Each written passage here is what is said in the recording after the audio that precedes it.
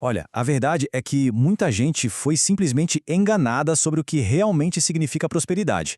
Sabe, a gente aprende desde cedo a olhar para o saldo no banco, a focar em bens materiais, nessas conquistas que no fim das contas são super temporárias. Mas, segundo a obra que vamos mergulhar hoje, o verdadeiro segredo, a riqueza de verdade, não está trancada num cofre. Ela reside na eternidade. E é exatamente com essa quebra de paradigma que o autor começa, tirando aquela ilusão do material para focar numa transformação que é profunda e, acima de tudo, espiritual.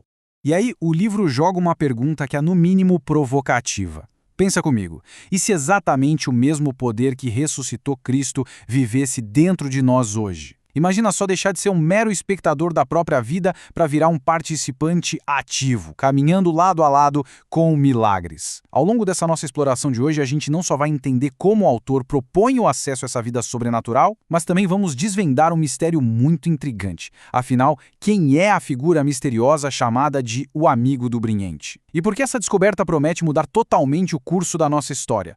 Bom, sejam muito bem-vindos a esta análise do livro Nós em Cristo, o Segredo da Prosperidade Eterna, do Márcio Bringuinti. Hoje, nós vamos transformar esses conceitos, que são bem profundos, numa jornada super clara e visual.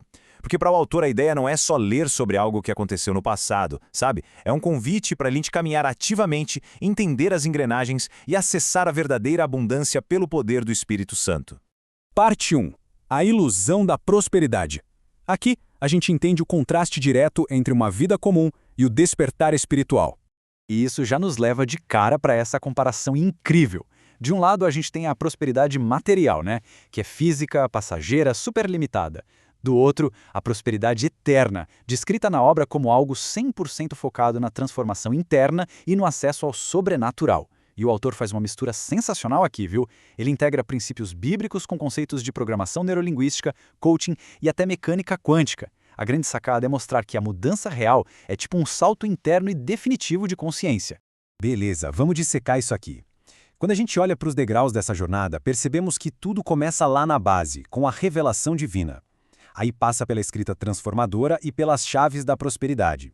É literalmente uma escalada visual maravilhosa que arranca o nosso foco do dinheiro e do material para lá no topo a gente alcançar a prosperidade eterna, brilhando como um sol. O livro defende que cada um desses passos vai nos afastando daquela lógica humana bem padronizada e nos conectando direto com o divino. Vamos para a parte 2, o Verbo e a Luz. A transição da escuridão do mundo para a luz tomando forma humana. Aqui o negócio fica profundo. Essa imagem ilustra perfeitamente a essência da redenção que o livro descreve. Vejam bem os pilares: a escolha do Criador, a vulnerabilidade e a descida para a experiência humana. O livro mostra que o Criador do universo, com todo o seu poder, escolheu se limitar às nossas fragilidades. O Verbo se fez carne, como diz o texto. Essa escolha, essa vulnerabilidade toda, foi justamente a ponte necessária para a humanidade conseguir fazer o caminho de volta para Deus. Não foi na força bruta, sabe? Foi num movimento de empatia absoluta. E é claro que esse encontro entre o divino e nós exige uma mudança radical. É o que a obra chama de novo nascimento. O texto até resgata aquela história de Nicodemos, aquele líder que foi visitar Jesus no meio da noite, super confuso sobre como alguém poderia nascer de novo. Segundo o autor, o ponto-chave é que entrar no reino de Deus exige uma transformação que é praticamente um salto quântico na nossa realidade. Vai muito, mas muito além do que a nossa mente lógica consegue processar. É uma renovação invisível, mas totalmente real, gerada ali, pelo Espírito. E é aí que chegamos na parte 3, entrando no sobrenatural. A fase onde a fé ativa milagres de verdade. Agora, o que é fantástico nessa metáfora das engrenagens é ver como tudo se encaixa direitinho. Presta atenção, o encontro com Jesus faz girar o entendimento, né? Compreender os ensinamentos dele aciona a próxima peça, que é abraçar uma nova identidade representada por essa borboleta, a transformação pura. E é isso que desbloqueia as promessas e move a última engrenagem, que é viver de forma sobrenatural. Ou seja, é um mecanismo onde a sua compreensão espiritual literalmente engata a marcha para manifestar uma vida abundante. Sensacional, não é? E para provar que esse sistema funciona na prática, o autor traz 3 milagres clássicos. Tem o centurião romano, que teve fé na cura do servo à distância, totalmente quebrando as regras da física. Tem a multiplicação dos pães e peixes, provendo absurdamente além do que a matéria permitia. E, claro, Jesus caminhando sobre as águas na tempestade. A grande sacada do livro é argumentar que essas histórias não são contos do passado.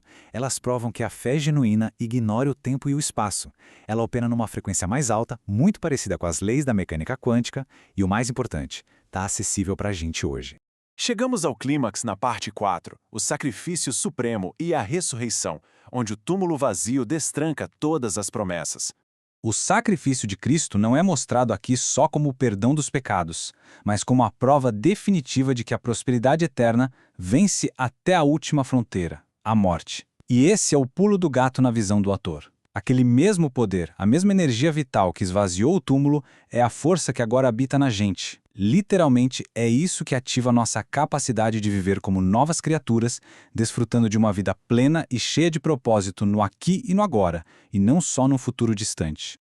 Ah, e lembra daquele mistério do início da nossa conversa? Pois é, chegou a hora de revelar.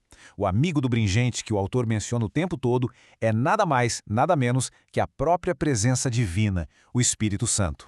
A narrativa revela que foi essa sabedoria, essa essência divina, que inspirou cada linha desse livro e que está aí para equipar a gente para a nossa própria jornada. Basicamente, a mensagem é: nós não estamos caminhando sozinhos, de jeito nenhum. Parte 5. Chamados para obras maiores. Porque o poder da ressurreição foi feito para ser passado adiante. Olha o peso dessa citação. A narrativa deixa muito claro que Jesus não veio só para salvar, ele veio para capacitar, para coisas ainda maiores do que estas. Segundo o livro, nós fomos chamados para sermos co-criadores das nossas realidades, sustentadas pela palavra. Curas, transformações de vida, tudo isso foi repassado para a gente como uma verdadeira missão. O milagre agora se expande através de cada um que assume essa identidade de nova criatura. Para visualizar bem como isso acontece, o autor usa a metáfora do semeador, que é fantástica. Pensa numa semente. Primeiro, nós somos plantados num solo bem fértil, cheio de amor. Depois, somos regados pelo poder constante do Espírito Santo. É isso que dá força para romper a casca, sabe? Para a gente crescer além de todas aquelas limitações lógicas e humanas. Chegando no ápice, dá frutos que não impactam só o agora, mas que ecoam pela eternidade. A gente sai do zero, de um estado dormente, para virar uma força ativa de transformação. O que nos traz, claro, a nossa grande reflexão final.